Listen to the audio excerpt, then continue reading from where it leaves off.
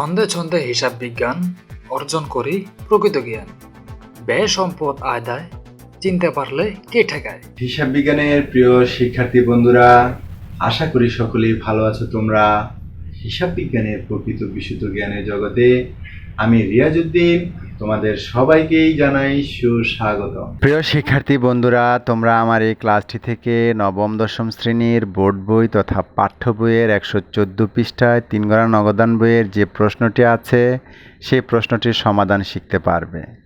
আর শিক্ষার্থী বন্ধুরা, এটা হলো সেই প্রশ্নটির সমাধান। আমি এখন বিস্তারিত ব্যাখ্যা বিশ্লেষণ করে কিভাবে এই নগদান বইটি প্রস্তুত হলো সেটা তোমাদেরকে দেখিয়ে দিব এবং বুঝিয়ে দিব। আর শিক্ষার্থী বন্ধুরা, কিভাবে অতি সহজে নগদান বই প্রস্তুত করা যায় এ নিয়ে আমার আবিষ্কৃত গবেষণামূলক একটি লেকচার আছে। এই যে এটা হলো সেই লেকচারটি। এটা নিয়ে চমৎকার ব্যাখ্যা বিশ্লেষণমূলক একটি টিউটোরিয়ালও আছে আমার চ্যানেলে। আমি সেটার লিঙ্কটা তোমাদের এই ভিডিও ডেসক্রিপশনে দিয়ে দিব। তাছাড়াও তোমরা নগদান বইয়ের প্লেলিস্টে গিয়ে দেখে নিতে পারো। মার্চ 1, হাতে নগদ ৯,৩০০ টাকা এবং ব্যাংক জমার ক্রেডিট উদ্বৃত্ত ২,৭০০ টাকা। এটাকে আমরা 3 গণা নগদান বইতে শিক্ষার্থী বন্ধুরা লিখব। তার আগে আমার কৌশল হলো জাবেদা করতে হবে। আর এটা দেখো, এগুলো হলো উদ্বৃত্ত। উদ্বৃত্তের কোনো দিন জাবেদা হয় না। এগুলোর ইংরেজি হলো ব্যালেন্স, তাই এগুলোকে আমরা ব্যালেন্স বিডি নামে লিখব। বিডি হয় শুরুর ব্যালেন্স যেগুলো, অর্থাৎ ব্যালেন্স বিডি দ্বারা বোঝায় প্রারম্ভিক ব্যালেন্স। দেখো, মার্চ মাসের 1 তারিখ কিন্তু এই মার্চ মাসের শুরু, তাই এটাকে আমরা ব্যালেন্স বিডি এখানে লিখেছি। আর শিক্ষার্থী বন্ধুরা, মার্চ মাসের 1 তারিখে ব্যালেন্স বিডি হাতে নগদ হলো ৯,৩০০ টাকা, তাই আমরা নগদের ঘরে লিখব ৯,৩০০। ব্যাংকেরটাকে আমরা ডেবিট দিকে লিখব না, এটাকে লিখব ক্রেডিট দিকে। এর কারণ এখানে বলেছে প্রশ্নে ব্যাংক জমার ক্রেডিট উদ্বৃত্ত, এই যে ক্রেডিট, তার মানে ক্রেডিট দিকে বসবে। খুব সহজ করে দিয়েছে, তারা নিজেরাই বলে দিয়েছে এটা ক্রেডিট দিকে বসাও, এটা ক্রেডিট উদ্বৃত্ত। তাই এটাকেও আমরা ব্যালেন্স বিডি নামে ক্রেডিট দিকে বসাবো ব্যাংকের ঘরে। যেহেতু ব্যাংকেরটাকে ক্রেডিট উদ্বৃত্ত বলেছে, তাই ব্যাংকের ঘরে বসালাম। অনেকে প্রশ্ন করতে পারো, স্যার নগদেরটার যদি ক্রেডিট বলে তাহলে কি আমরা ক্রেডিট দিকে বসাবো? হ্যাঁ, অবশ্যই। যদি বলে হাতে নগদ ক্রেডিট উদ্বৃত্ত তাহলে বসাবে। তবে তোমরা নিশ্চিত থাকতে পারো হাতে নগদের কোনো দিনই ক্রেডিট ব্যালেন্স হয় না, এটা বলবে না। অতএব এইভাবে আলতু ফালতু চিন্তা করে সময় নষ্ট করবা না। মার্চ 5, আশরাফ ট্রেডার্স কর্তৃক সরাসরি ব্যাংকে জমাদান 5,000 টাকা। এটাকে আমরা 3 গণা নগদান বইতে লিখব। আমার আবিষ্কৃত কৌশল হচ্ছে এটা জাবেদা করতে হবে। আর জাবেদা হলো ব্যাংক হিসাব ডেবিট, দেনাদার ক্রেডিট বা আশরাফ হিসাব ক্রেডিট। তোমরা এখানে আশরাফ ট্রেডার্সও লিখতে পারো, আবার প্রাপ্য হিসাবও লিখতে পারো। যাই হোক, আমি দেনাদার লিখেছি। তো দেখো, ব্যাংক ডেবিট হয়েছে, তাই শিক্ষার্থী বন্ধুরা আমরা এই লেনদেনটিকে ডেবিট দিকেই লিখব। বিপরীত নামে অর্থাৎ দেনাদার হিসাব নামে ব্যাংকের ঘরে টাকা লিখব।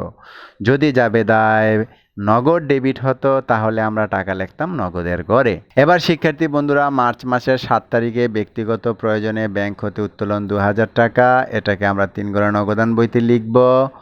আর 3 গণা নগদান বইতে লেখার আগে জাবেদা করতে হবে। এই লেনদেনটির জাবেদা হলো উত্তোলন হিসাব ডেবিট, ব্যাংক হিসাব ক্রেডিট। দেখো শিক্ষার্থী বন্ধুরা, জাবেদায় ব্যাংক হিসাব ক্রেডিট হয়েছে, তাই এই লেনদেনটিকে আমরা ক্রেডিট দিকেই লিখব। শুধু বিপরীত নামে অর্থাৎ উত্তোলন হিসাব নামে লিখব। আর টাকা হবে ব্যাংকের ঘরে, কেননা জাবেদায় ব্যাংক ক্রেডিট। অতঃপর মার্চ মাসের 9 তারিখে বলেছে 6,500 টাকার পূর্ণ নিষ্পত্তিতে আরাফাত ট্রেডার্স হতে 6,400 টাকার চেক প্রাপ্তি। এটাকে আমরা 3 গণা নগদান বইতে লিখব। তার আগে আমাদের জাবেদা করতে হবে। এটার জাবেদা হলো শিক্ষার্থী বন্ধুরা ব্যাংক হিসাব ডেবিট, দেনাদার হিসাব ক্রেডিট বা আরাফাত ট্রেডার্স ক্রেডিট। তো শিক্ষার্থী বন্ধুরা, এখানে দেনাদার যেহেতু ক্রেডিট আর ব্যাংক যেহেতু ডেবিট, তাই আমরা লেনদেনটিকে ডেবিট দিকেই লিখব।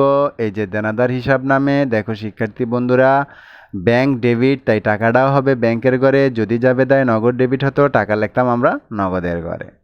আর আরেকটা বিষয় হলো, দেখো এখানে আমরা আরাফাতের থেকে পেতাম 6,500, কিন্তু পেয়েছি 6,400। তো এ থেকে বোঝা যায় আরও 100 টাকা পাই।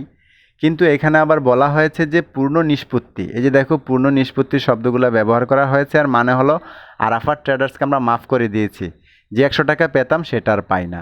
আর যেহেতু মাফ করে দিয়েছি, এটাই হলো বাট্টা, তাই বাট্টাটা বাট্টার ঘরে বসে যাবে। মূল এন্ট্রি যেই সাইডে বসে বাট্টাও ঠিক তার সামনে সেদিকেই বসে। মূল এন্ট্রি ডেবিট, তাই বাট্টাও আমরা ডেবিট দিকে বসিয়েছি। যদি মূল এন্ট্রিটা ক্রেডিট দিকে যেত, বাট্টা আমরা ক্রেডিট দিকে বসাতাম। তাই বাট্টা নিয়ে অতিরিক্ত চিন্তা করা যাবে না, সময় নষ্ট করা যাবে না। তোমরা অলওয়েজ মূল এন্ট্রিটা কোথায় যায় সেটার দিকে খেয়াল রাখবে। মার্চ 13 পণ্য ক্রয় নগদে ২,০০০ টাকা এবং চেকে ১,০০০ টাকা। এটাকে ৩ গড়া নগদান বইতে লেখার আগে জাবেদা করতে হবে শিক্ষার্থী বন্ধুরা। এই লেনদেনটির জাবেদা হলো ক্রয় হিসাব ডেবিট, নগদান হিসাব ক্রেডিট, ব্যাংক হিসাব ক্রেডিট। আমরা দেখো শিক্ষার্থী বন্ধুরা ৩ গড়া নগদান বইতে নগদ এবং ব্যাংকে খুঁজবো বলেছি আগেই। তো এই নগদ এবং ব্যাংক দুজনেই ক্রেডিট হয়েছে, তাই লেনদেনটাকে আমরা ক্রেডিট দিকেই লিখব। নামটা হবে শুধু বিপরীত ক্রয় হিসাব নামে। তো নগদেরটা নগদের ঘরে, ব্যাংকেরটা ব্যাংকের ঘরে। নগদ ২,০০০ টাকা আর চেকে ১,০০০ টাকা। মার্চ ১৯ ২,২০০ টাকার দেনা চেকে পরিশোধ করে ২০০ টাকা বাট্টা পাওয়া গেল। তো শিক্ষার্থী বন্ধুরা এটাকে আমরা ৩ গড়া নগদান বইতে লেখার আগে জাবেদা করতে হবে। এর জাবেদা হলো পাওনাদার হিসাব ডেবিট, ব্যাংক হিসাব ক্রেডিট। তো শিক্ষার্থী বন্ধুরা আমাদের এখানে ব্যাংক ক্রেডিট জাবেদায়, তাই লেনদেনটাকে আমরা ক্রেডিট দিকেই লিখব। নামটা হবে শুধু বিপরীত পাওনাদার হিসাব নামে, ব্যাংকের ঘরে হবে টাকা। দেখো যেটুকু আমি পরিশোধ করেছি, এখানে বলেছে ২,২০০ টাকার দেনা চেকে পরিশোধ করে ২০০ টাকা বাট্টা পাওয়া গেছে। তাহলে আমরা বাট্টা পাইছি ২০০ আর পরিশোধ করছি ২,০০০, তাই আমরা এখানে ২,০০০ লিখেছি। আর বাট্টাটা হবে ঠিক তার সামনে বাট্টার ঘরে, অর্থাৎ মূল এন্ট্রি যেদিকে বাট্টা সেদিকে। কান টানলে মাথা আসে, কান টানলে মাথা আসে। মূল এন্ট্রি যেদিকে যাবে বাট্টা সেদিকে যাবে। এটাই হলো বাট্টার সূত্র। আলাদা অযথা বাট্টা নিয়ে ভেবে সময় নষ্ট করবে না। মার্চ ২১ মালিক ব্যক্তিগতভাবে ব্যাংকে জমা দিলেন ১০,০০০ টাকা। এই লেনদেনটা ৩ গড়া নগদান বইতে লেখার আগে জাবেদা করতে হবে। এর জাবেদা হলো ব্যাংক হিসাব ডেবিট, মূলধন হিসাব ক্রেডিট বা অতিরিক্ত মূলধন ক্রেডিট। এখানে অতিরিক্ত মূলধনই হবে বা অতিরিক্ত মূলধন লেখাই শ্রেয়। এর কারণ এটা মালিক দিয়েছে ব্যবসা শুরুর পরে যে কোনো একটি সময়, অর্থাৎ মার্চ মাসের ২১ তারিখে। যাই হোক মূলধন লেখলেও হবে। তো এখন দেখো শিক্ষার্থী বন্ধুরা ব্যাংক ডেবিট, তাই এই লেনদেনটিকে আমরা ডেবিট দিকেই লিখব। মূলধন হিসাব নামে ব্যাংকের ঘরে টাকা হবে। যদি জাবেদায় নগদ ডেবিট হতো তাহলে টাকা লিখতাম নগদের ঘরে। মার্চ ২৪ আরাফাত ট্রেডার্স হতে প্রাপ্ত ৯ তারিখের জমাকৃত চেক প্রত্যাখ্যান। তাহলে শিক্ষার্থী বন্ধুরা এই লেনদেনটাকে ৩ গড়া নগদান বইতে লেখার আগে আমাদের জাবেদা করতে হবে। এই লেনদেনটার জাবেদা হলো দেনাদার হিসাব ডেবিট, ব্যাংক হিসাব ক্রেডিট। অর্থাৎ তোমার এখানে দেনাদারের জায়গায় আরাফাত লেখলেও হবে। তো শিক্ষার্থী বন্ধুরা যেহেতু ব্যাংক ক্রেডিট, তাই লেনদেনটাকে আমরা ক্রেডিট দিকেই লিখবো। এই যে বিপরীত নামে দেনাদার হিসাব নামে, আর টাকা লিখবো আমরা ব্যাংকের ঘরে ৬,৪০০। তোমরা প্রশ্নে খেয়াল করে দেখো ৯ তারিখে আমরা আরাফাত থেকে যেই চেকটা পাইছিলাম সেটা ছিল ৬,৪০০ টাকার চেক। তাই এখানেও ৯ তারিখের চেক বলেছে সেহেতু আমাদের এখানে ৬,৪০০ টাকা লিখতে হবে। মার্চ ২৭ বেতন নগদে ৩,০০০ টাকা এবং ভাড়া চেকে পরিশোধ করা হলো। শিক্ষার্থী বন্ধুরা এখানে দুটা জিনিস, বেতন এবং ভাড়া। এটাকে আমরা ৩ গড়া নগদান বইতে লিখতে হলে জাবেদা করতে হবে। জাবেদাও হবে দুটা, বেতনের জন্য একটা জাবেদা, ভাড়ার জন্য আরেকটা জাবেদা। তো বেতনের জন্য জাবেদা হলো বেতন হিসাব ডেবিট, নগদান ক্রেডিট। দেখো এখানে নগদ ক্রেডিট, তাই আমরা এটাকে ক্রেডিট দিকেই লিখবো। এই যে বিপরীত নামে বেতন হিসাব নামে, টাকা হবে নগদের ঘরে। আবার দেখো শিক্ষার্থী বন্ধুরা এখানে ব্যাংক ক্রেডিট, এটাকে আমরা ক্রেডিট দিকে লিখব। এই যে ভাড়া হিসাব নামে বিপরীত নামে আলাদা আরেকটি তারিখের ঘরে তারিখ লিখে এভাবে আমরা ব্যাংকের ঘরে টাকা লিখব। যেহেতু ভাড়া বাবদ আমরা চেক পরিশোধ করেছি সেহেতু এটা ব্যাংকের ঘরে হবে।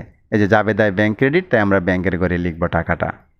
এবার শিক্ষার্থী বন্ধুরা মার্চের ৩১ তারিখ ব্যাংক সুদ ধার্য করলো ৪০০ টাকা। এটাকে নগদান বইতে লেখার আগে জাবেদা করতে হবে। এর জাবেদা হলো ব্যাংক সুদ হিসাব ডেবিট, ব্যাংক হিসাব ক্রেডিট। এই যে আমরা ব্যাংকের হিসাব করি, ব্যাংক সুদের না। যেহেতু ব্যাংক ক্রেডিট সেহেতু আমরা ক্রেডিট দিকেই লিখব। ব্যাংক সুদ হিসাব নামে, টাকা হবে ব্যাংকের ঘরে। এই যে ৪০০ টাকা ব্যাংকের ঘরে। তো শিক্ষার্থী বন্ধুরা এখানে তোমরা যেহেতু ব্যাংক শব্দটা আছে তোমরা ঘাবড়ে যেতে পারো। দেখো আমরা কিন্তু শুধু ব্যাংকের হিসাব করি, ব্যাংক সুদের না। এখানে ব্যাংক সুদ, ব্যাংক চার্জ যদি থাকে সেটা হবে না। আমরা শুধু দেখবো জাবেদায় ব্যাংক আছে কিনা। এই দেখো শুধু ব্যাংক ক্রেডিট, তাই আমরা এখানে এটাকে ক্রেডিট দিকে লিখেছি। এই ব্যাংক সুদ নামে আবার আমরা ডেবিট দিকে লিখব না। তো শিক্ষার্থী বন্ধুরা এতক্ষণ আমি লেনদেনগুলোকে ব্যাখ্যা বিশ্লেষণ করে বুঝালাম যে কোনটা ডেবিট দিকে বসবে, কোনটা ক্রেডিট দিকে বসবে। সেগুলোকে তোমরা এভাবে ছকে লিখলে এরকম দাঁড়াবে। এখন কাজ হচ্ছে আমাদের যোগ বিয়োগ করা। তো শিক্ষার্থী বন্ধুরা সর্বপ্রথম আমাদের ডেবিট দিকে নগদের ঘরটা যোগ করতে হবে। এই যে ৯,৩০০ টাকা আমাদের হাতে নগদ আছে।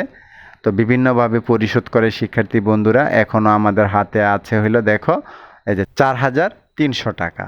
অর্থাৎ আমাদের হাতে ছিল ৯,৩০০ নগদ, সেখান থেকে আমরা ১৩ তারিখে ২,০০০ টাকা এবং শিক্ষার্থী বন্ধুরা 27 তারিখে 3,000 টাকা পরিশোধ করার পরও এখনও আমাদের কাছে 4,300 টাকা রয়ে গেছে। এটার নামই হলো ব্যালেন্স সিডি শিক্ষার্থী বন্ধুরা। আর ব্যালেন্স সিডি লিখতে হয় চলতি মাসের শেষ তারিখ। এই দেখো তারিখ দিয়েছি 31শে মার্চ। আর এখানে সিডি আমি ইংরেজি বাংলা উভয় লিখেছি, তোমরা শুধু বাংলায় লিখবে।